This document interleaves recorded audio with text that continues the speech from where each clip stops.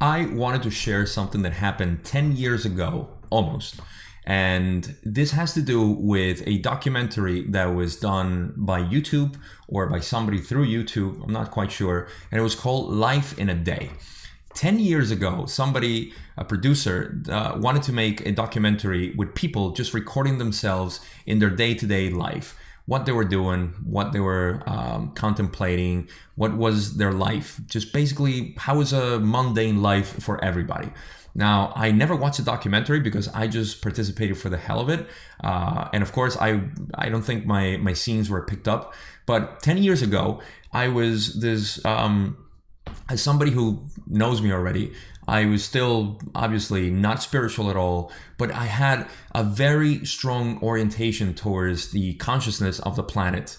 I was an activist, if you will, of the online community, and I was involved a lot with the Zeitgeist movement and the Venus Project back then.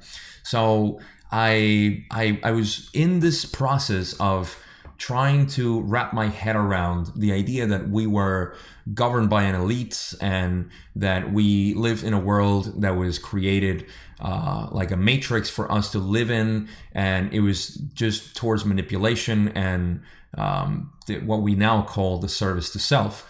And to me, this was a very concerning thing.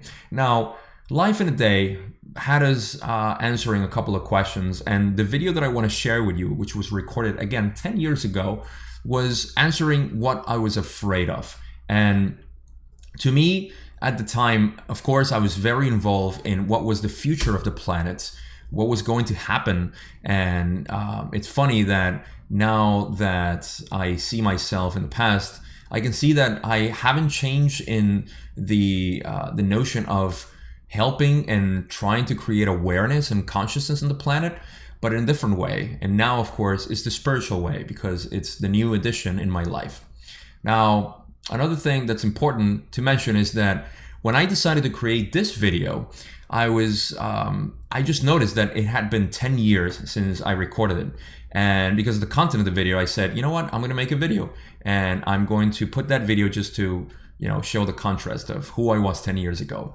Funny enough, within 3 or 4 days, I get an email from, synchronistically, from Life in a Day again. They're doing this documentary again. So I will participate in this once again, and it would be a 10-year anniversary of this documentary. So I'm gonna play this video for you, and then I'm gonna wrap it with a conclusion. But I need to wait another couple of seconds because I created subtitles to it, and it's in Spanish. So I have to wait 3, 2, 1 second so it matches, and here we go. Aquí termina el día para mí, aunque la palabra día tiene como una ironía semántica. Lo que realmente significa es el amanecer para muchos y para mí es el anochecer. Voy a dormir, es parte de mi costumbre de trabajo y de vida. Vivo de noche, duermo de día. ¿A qué le temo? Yo creo que también conforme uno va creciendo, madurando, vas cambiando tus temores. Cuando era pequeño le tenía miedo a la oscuridad. Ya no le tengo miedo a la oscuridad.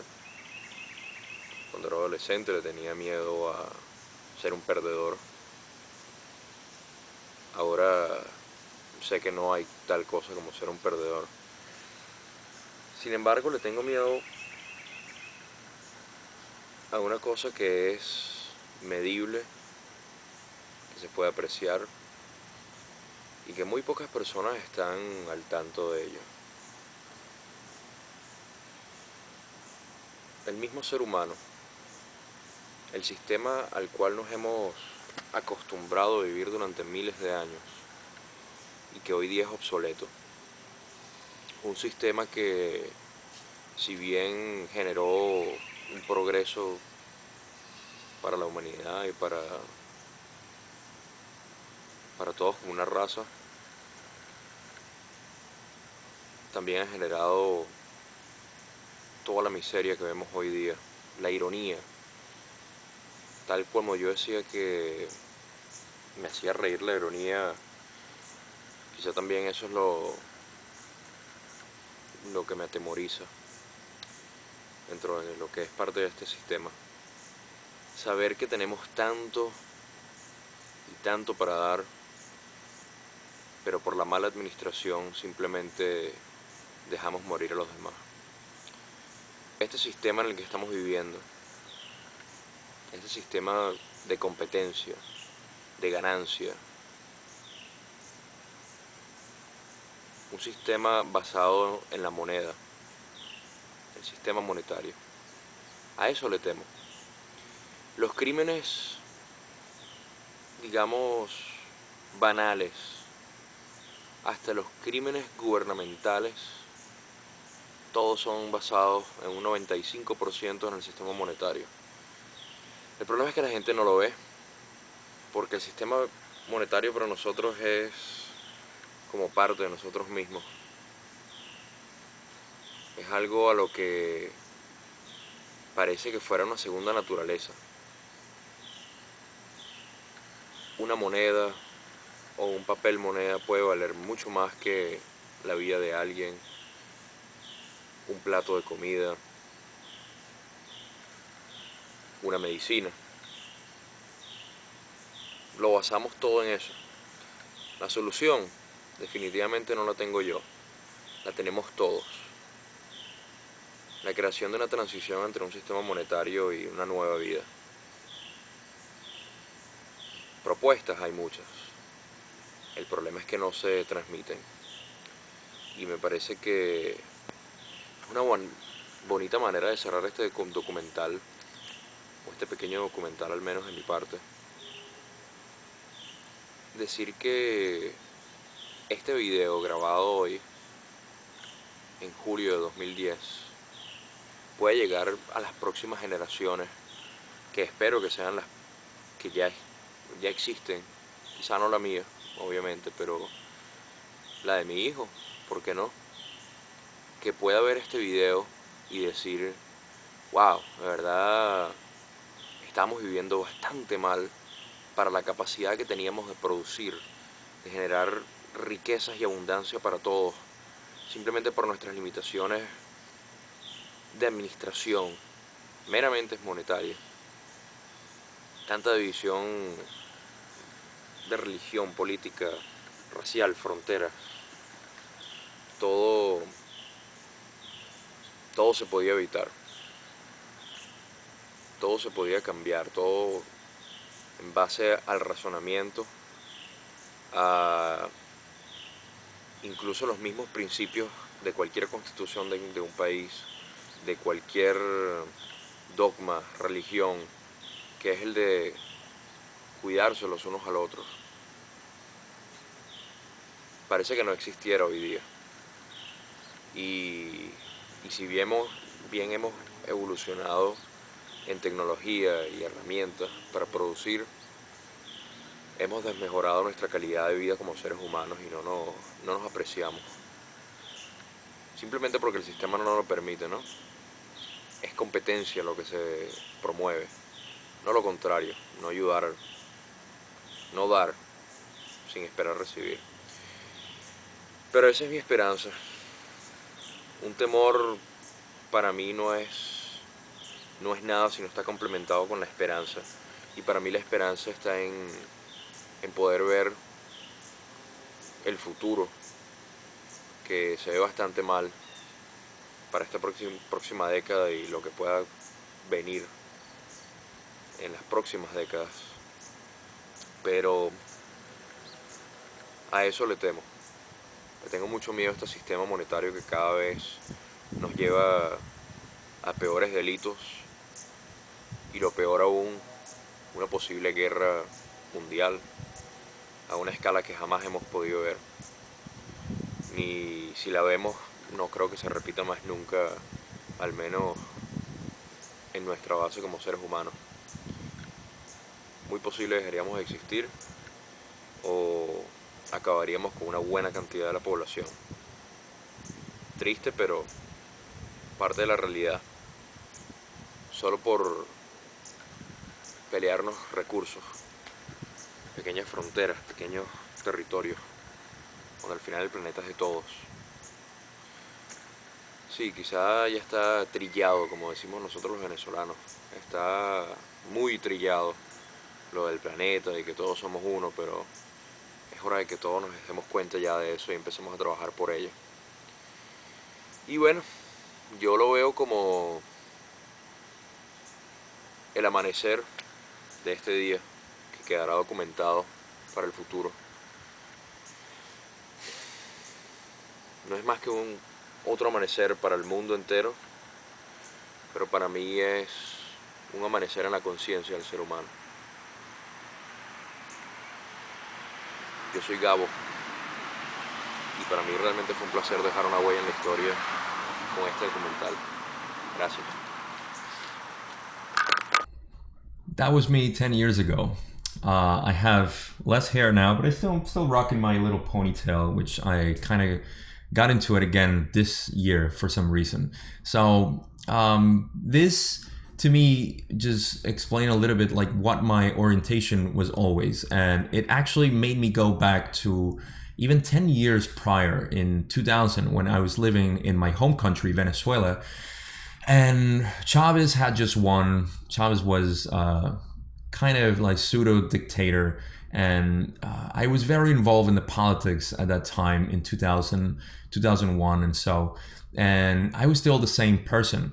I have a letter. I wish I could have it here. I have it somewhere, and I remember reading this almost 20 years ago, where I wrote something about the consciousness of the Venezuelan people and how we had to become more aware of what was going on, and the oppression of humans against humans. So it's and even if I go 10 years in the past, like in the 90s, I remember seeing the indifference of humans, and I'm explaining all this just to show that if you can go back in time 10 years and you can reflect upon who you were and all the things, you will see a matching, a resonance that is part of you. It's something that's been vibrating since you were born, and even though life always changes in different ways, and we become somebody's wife or husband, an employee or an employer or a student, or we get titles and so on and so forth in this illusory projection that we have as a matrix, we are still somebody at the core.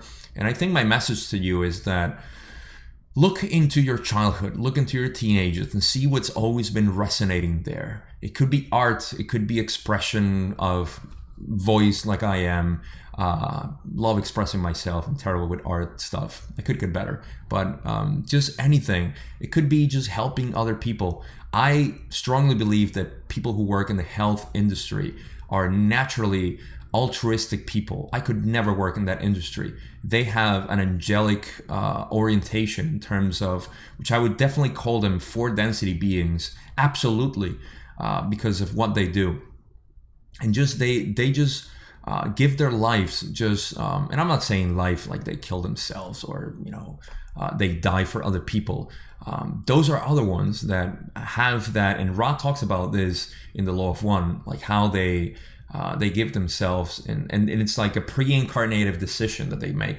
But in any case, we all come with a pre-incarnative orientation, and I think this is very important for all of us to start seeking it, because this shows us who we truly are in nature, who we were meant to be here. We program ourselves to come to this planet and become these beings. Acceptance of self is something that Ra emphasizes over and over again, because acceptance of self is you understanding who you are at the core, without the external influence, without the ego, without the external identity or the egoic identity. This is why it's so important for us to just look back and see who we have been and who we actually are at the core. And even if it's a small thing that we find that it's been always resonating since you were a child, a teenager, an adult, or it doesn't matter what your age is, if you're younger or even older, Go back and look at that. And from there, start expanding it. I tell you something, it's always a matter of fighting insecurities and fighting against what other people might say about you if you start painting again, or if you start talking again to a camera or of a microphone, or if you start helping other people without needing to explain your husband or your wife why you're doing it. Be that person. Try to see the creator in you, which is what Ross always saying. See the creator in you. The creator in you is trying to create something in this planet. And remember, we are at the peak of our spiritual growth in this planet as third density. We are about to take the leap. We actually took the quantum leap already at the beginning of this year. And in 2012, we actually transcended into the fourth density vibration that we needed to just, I would say, flower who we are. We need to take advantage of that. And remember, you came here. If you're listening to this, chances are you're a wanderer. And even if you're not, you came here for a reason. You came here to expand the vibration of this planet, to increase the frequency of everybody. So my call to you is just to look, because we need you. Just like you need me and others to explain concepts and just blubber about something that may not make sense, or just entertainment in general. We need you for whatever you have to offer to this planet. Even if it sounds small, believe me, what I do, I sometimes think is too small, but when I get feedback from you guys, it's just amazing. And it just makes it very worth it. So if your orientation is to serve others, then by all means, just tap into that energy that you have inside. And again, just like I said 10 years ago, I am no longer afraid, but I am concerned about the consciousness of this planet. Not because I fear any sort of outcome, because I already know what the outcome is going to be, which is ascension. But I'm just concerned about everybody else who is still working towards their polarization. And even myself, I am concerned about my own polarization. How much can I get out of this planet at this time so I can be of the best service in fourth density in this own planet in the near future? So with that, I leave you. Love you so much. Thank you for watching again. And thank you for reading everything I said in Spanish 10 years ago.